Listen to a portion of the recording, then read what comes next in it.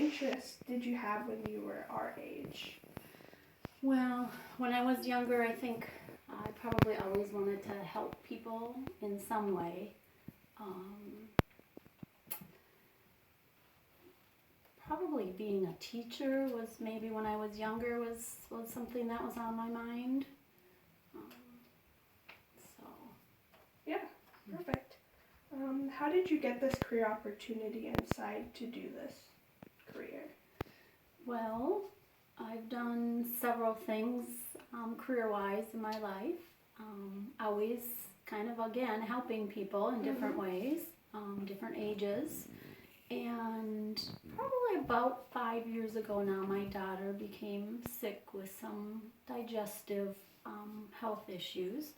And so we started to eat healthier, and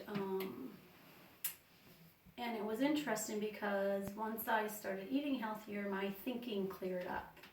And I realized that I didn't want to be doing what I was doing anymore. And massage therapy just kind of came to mind. And it had come up, I think, 2 different times throughout my life, but I checked into it a little bit but didn't really listen and follow that path. So I think the timing was just right. And 3.5 years ago, I did a Google search on massage therapy, and one particular school kept showing up, and that was Centerpoint. And that is a school up in St. Louis Park. And my husband and I went and visited, and they have a program for your traditional massage therapy, which is the Western massage, and they have a program for Eastern massage, which is Shiatsu. And once I went and visited, the Shiatsu program just really resonated with me. I really liked kind of everything that they spoke about it, and so that was it. I decided to embark on that journey and joined their school and went to school for a year, drove back and forth to classes, and sometimes I stayed up there. I found a place to stay, so I spent some nights up there too and stuff. So. Okay. What kind of training did you need to do? Like, did you do hands-on training, or was it just like bookwork, kind of like that, you know? It was both. It was a year program, as I said, quite intense. So 3 semesters, so there were 3 sets of different classes. First semester might have been, I think, 3 days a week, pretty much full days, and then it kind of increased from there. One of the semesters was 5 days in a week, and then sometimes if I had my weekend class, I would be up there 7 days a week. So, and it was the bookwork, so I had to take anatomy and physiology, which were challenging. Right, yeah. And then we also had to do the traditional Chinese medicine, because that is what the Shiatsu massage is based on. Mm-hmm. So I had to think in our Western world mind for anatomy and physiology, but I also had to think in the Eastern mind for the traditional Chinese medicine, which are 2 very different schools of thought when you're talking about helping to heal the body. And then so those were book classes. Then we also had our hands-on Shiatsu classes. So there was Shiatsu Basics and Advanced Shiatsu. And then we also had electives that we could choose, and those were also, book as well as hands-on classes. Right.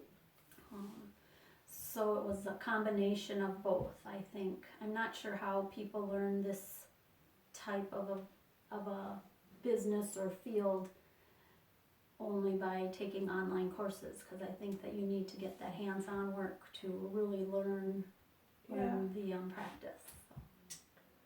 Okay. What is your starting income for this career?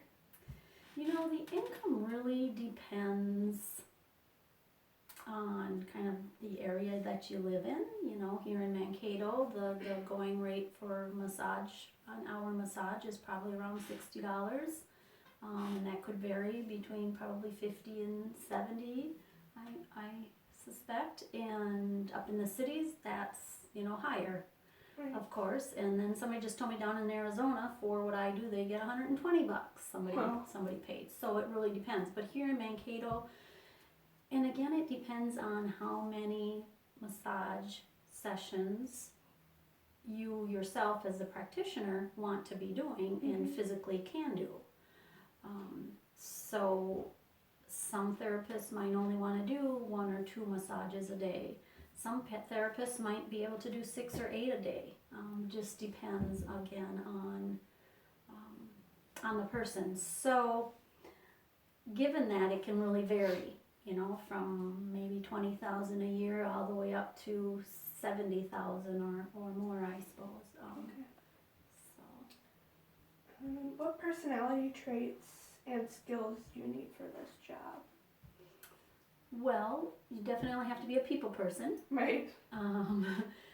So you have to like people. You probably have to be, well, not probably, but you have to be comfortable touching people, because not everybody likes that, you know, because you touch hands and feet and abs and glutes and everything when you're doing this work. So you have to be comfortable with that.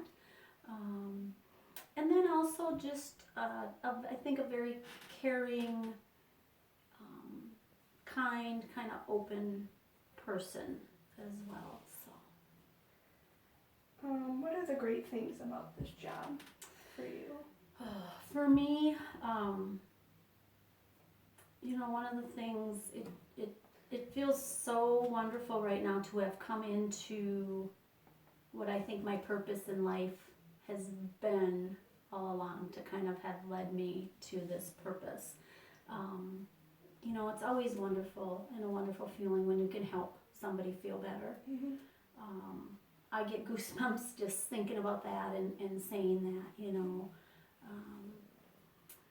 And so, you know, that really is, I guess, where the benefit lies. Even though I'm here to help others, helping others helps me, because I feel good, and it's wonderful to be able to educate people as well that you know, body work and massage and that is really something that's so beneficial, and to help people to realize that and educate people on that, how important it is to keep that as part of our own personal health care. So it's really fun, and it's really exciting when you can help people and people start to get that and see that, and they're like, oh, I feel so much better, you know, coming to you. So Yeah. What are some of the drawbacks or cons of your job? some of the drawbacks would be, well, one of the things is always, you know, trying to figure out how to drum up business, of course, you know, because most massage therapists, at least down here in the cities, there's places that do a little more hiring that help with that, but down here you're pretty much your own business person, which is wonderful, but then there's drawbacks to that as well, and that's where figuring out how to market and how to get the word out about your business and what you do. And then for me, being the Shiatsu practitioner, which is again something that's different than your traditional massages, that's another whole little hurdle to kind of jump over to help get people to understand the benefits of this different type of massage too. So that, and then and I kind of alluded to, you know, the education piece, you know, also is just takes time to educate people on the differences and the benefits and that. So. What is the next step for you? You know, the next step for me probably would be maybe taking some more classes on something different. I know I really would like to take reflexology, a class with reflexology to learn that technique. But I mean, there's people who, you know, have desire to build their business and maybe have other people work with them or under them and stuff, and I don't really have that desire.